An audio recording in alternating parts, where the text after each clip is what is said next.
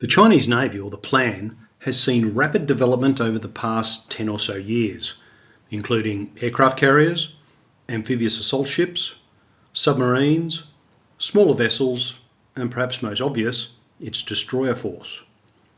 From 2014, the plan has introduced into service the Type 052 Delta family of air warfare destroyers, and from 2020, the Type 055 multi-role destroyers. Even though these new build ships are being turned out at a rapid rate, the plan has since 2014 continued to modernise older destroyers. G'day and salutations. Today's briefing: why is the Chinese Navy upgrading older destroyers when they are churning out more capable ships? How might these older destroyers be used operationally? Before examining the upgraded destroyers, we'll quickly summarise the new build ships. The latest and most capable class of planned destroyers is the Type 055, with 8 in service and a further 4 to 6 under construction. Displacing around 13,000 tonnes, they are armed with a 130mm gun, 112 universal VLS cells, 6 lightweight torpedo tubes, 24-cell point defence missile system, a close-in weapon system, and 2 helicopters. Able to contribute significantly across all domains, they likely will have a focus on surface warfare, including both land and maritime targets. While very capable, they are no doubt the most expensive of the planned surface combatant fleet after aircraft carriers. The backbone of the planned destroyer force, however, is the Type 052 Delta family, with 26 in service and another 8 to 12 under construction. Displacing around 7,500 tonnes, they are armed with a 130mm gun, 64 universal VLS cells, 6 lightweight torpedo tubes, a 24-cell point defence missile system, a close-in weapon system, and 1 helicopter. Again, they can contribute across all domains, but have a focus on air warfare. While not destroyers, the plan has recently deployed the Type 054 Bravo frigate, with 1 in service in 2025 and another fitting out. Displacing around 6,000 tonnes, they are armed with a 100mm gun, 32 VLS cells, 8 YJ-83 anti-ship missiles, 6 lightweight torpedo tubes, a 24-cell point defence missile system, a close-in weapon system, and a helicopter. These approach the size of some of the older destroyers and are capable vessels. How do the older destroyers compare, post-upgrade, to these very capable new build destroyers and frigates? Do they add anything to the plan? Although 2 earlier Type 052 destroyers underwent an upgrade in 2011, it was only minor. The first of the older destroyers to receive a significant upgrade was the Seoul Type 051 Bravo, which commissioned in 1999 and returned to service after upgrade in 2019. The upgraded ship is equipped with twin 100mm gun, 32 VLS cells, 16 YJ-12 anti-ship missiles, 6 lightweight torpedo tubes, 2 close-in weapon systems, and a helicopter. The 32 VLS cells give the same anti-air warfare capability as that of the Type 054 Alpha and Bravo frigates.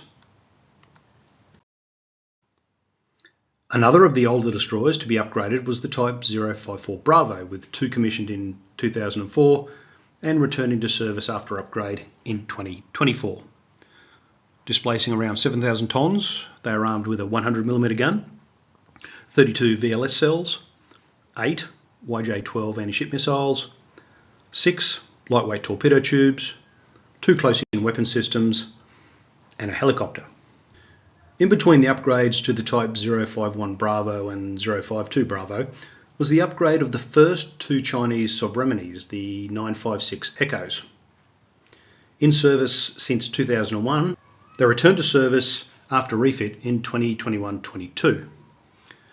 Displacing around 8,500 tonnes, they're equipped with 2 twin 130mm guns, 32 VLS cells, split into 2 16 forward and 16 aft, 8 YJ-12 anti-ship missiles, 6 lightweight torpedo tubes, a 24-cell point defence missile system, 4 close-in weapon systems retaining the 4 AK-630, that's 6-barrel 30mm close-in weapon systems from the original ship, and a helicopter. The next in line to be upgraded are the other 2 Chinese Sovremenies, the 956 Echo Mikes, which are currently undergoing refit. The 956 Echo Mikes differ slightly from the preceding Echo and are currently equipped with 1 twin 130mm gun, 2x24 SAN-7 surface-to-air missiles, 8 SSN-222 Sunburn anti-ship missiles, 2 twin heavyweight torpedo tubes, 2 close-in weapon systems, and a helicopter. After refit, the 956 Echo Mikes will likely be equipped with the 1 twin 130mm gun, 32 VLS cells, again 16 forward and 16 aft, 8 YJ-12 anti-ship missiles, 6 lightweight torpedo tubes, at least 1 and possibly 2 HQ-10 24-cell point defence missile systems, with 1 forward and possibly 1 aft to further improve defence against missiles, which could prove significant in a Taiwan scenario. 2 close-in weapon systems, with the 2 Kashdans being replaced by the 2 Type 730 or Type 1130 close-in weapon systems, and 1 helicopter. When we compare these upgrades to the legacy destroyers to those capabilities of the new destroyers and frigates, some things become clear, in particular their anti-ship capabilities. China's current anti-ship missiles, excluding the YJ-21, are as follows, all figures approximate. The YJ-83, which is slant-launched, with a warhead of between 165 and 190 kilograms, a speed of Mach 0.9, and a range of around 180 kilometres. The YJ-12, again slant-launched, with a warhead of over 200 kilograms, a speed of between Mach 2.5 and Mach 4, and a range of over 400 kilometres.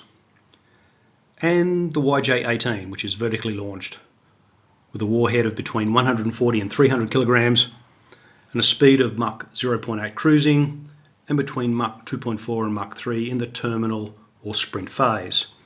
It has a range of up to 540 kilometres. With these figures in mind, we might see the older destroyers operating as part of a carrier strike group or surface action group, providing a different anti-ship capability to other vessels by way of the YJ-12. In summary, the plan's calculus in upgrading legacy destroyers is likely based on 2 considerations: increasing the number of capable destroyers and bringing this capability into operational service quickly. In terms of capability, the upgraded destroyers don't have the air defence capability of the new destroyers, instead having capabilities on par with the latest planned frigates. This is sufficient to defend themselves through shorter range surface-to-air missiles and modern EW systems. What they do bring is a different anti-ship missile capability by way of the YJ-12, augmenting the vertically launched YJ-18s on the modern DDGs and providing a significant improvement over the anti-ship capability of the frigates. Of course, the upgrades are not limited to weapon systems.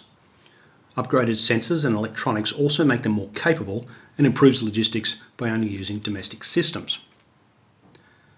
In terms of getting more capable ships operational sooner rather than later, upgrading legacy vessels has certain advantages.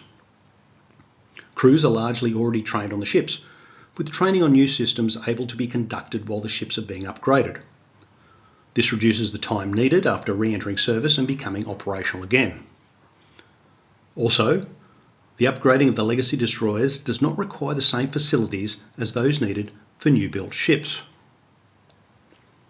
It is clear that the plan sees a cost benefit in significantly upgrading legacy destroyers, even after around 20 years of service, despite concurrently producing more capable vessels.